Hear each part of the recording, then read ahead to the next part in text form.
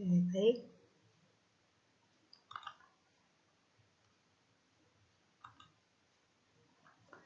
Kalau tadi kita sudah masuk ke transaksi tanggal 4. Nah, sekarang transaksi tanggal 7, membeli perlengkapan secara tunai ya. Di sini jurnalnya kan berarti perlengkapan pada kas. Kemudian tanggal 14, menerima kas dari jasa.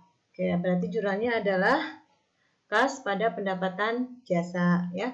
Kemudian tanggal 20, membayar sisa sewa tanggal 4 Juni. Nah, kita kan tadi masih ada hutang 2.500.000 dan dibayar di tanggal 20, sehingga jurnalnya adalah hutang usaha dengan kas ya.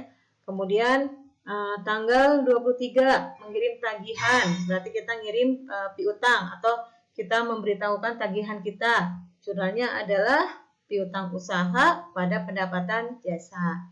Kemudian tanggal 25, menerima kas atas pembayaran utang. Oke, jurnalnya adalah kas pada wesel tagih. Kenapa wesel tagih? Karena kita menerima pembayaran ya, karena pembayaran itu berarti menerima kas.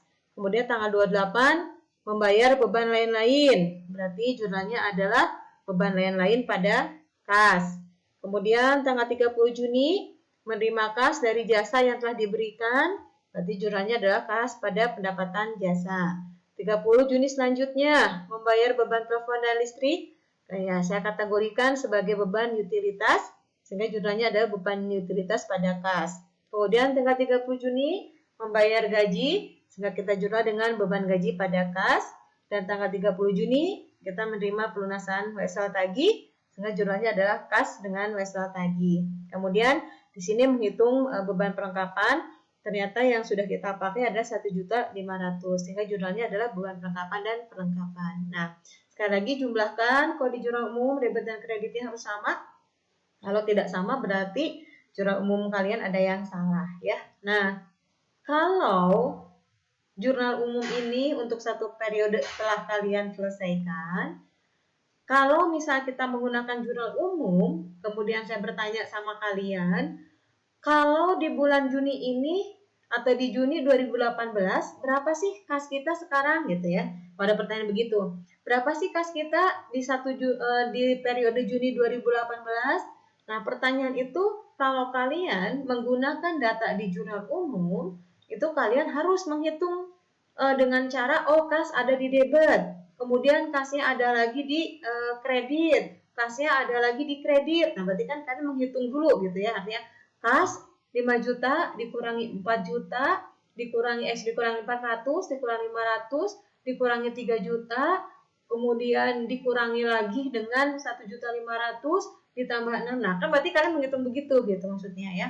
Kalau kita pencatatan akuntansi hanya sampai di jurnal umum. Nah, sehingga kita butuh yaitu catatan di mana informasinya menjadi lebih ringkas, di mana informasi mengenai saldo-saldo pada setiap akun yang kita catat di jurnal umum ini bisa terinformasikan menjadi lebih cepat. Nah, media atau sarana yang kita butuhkan itulah yang kita sebut dengan posting ya, yaitu sarana atau wadah yang kita pakai untuk meringkas atau mengklasifikasikan saldo-saldo pada akun-akun yang sama.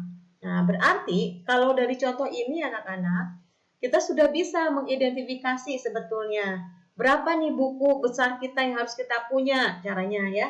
Jadi dari jurnal umum ini kalian bisa mengidentifikasi berapa buku besar yang harus kita miliki gitu ya.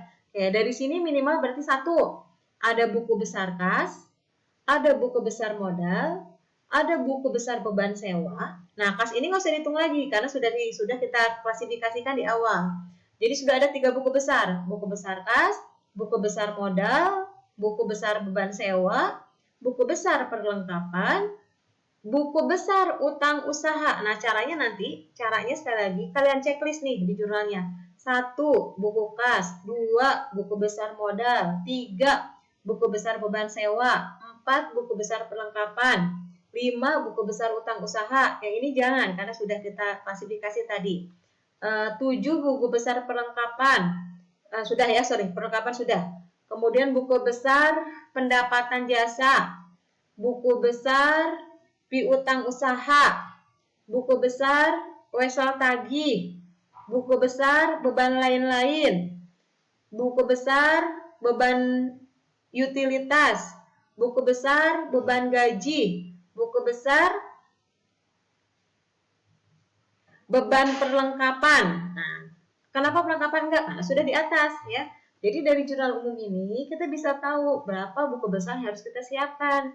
1 buku besar kas, 2 buku besar modal, 3 buku besar beban sewa, 4 buku besar perlengkapan, 5 buku besar utang usaha, 6 buku besar pendapatan jasa, 7 buku besar piutang usaha, 8 buku besar wesel tagih, 9 buku besar beban lain-lain ya.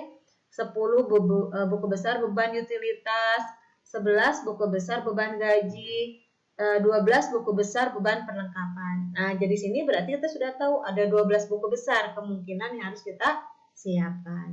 Nah, fungsi dari jurnal umum ini adalah kita bisa menginventarisir sebetulnya berapa buku besar yang harus kita siapkan terkait dengan transaksi yang pernah kita catat atau akun yang pernah kita catat di jurnal umum ya.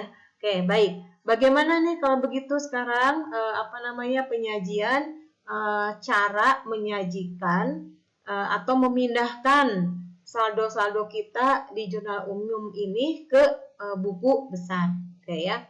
Nah, saya menggunakan buku besarnya nanti berbentuk T ya. Jadi berbentuk T. Oke. Perhatikan sekali lagi, ingat-ingat yang ini ya, karena ini nanti ini menjadi database kita. Oke, ini menjadi database kita.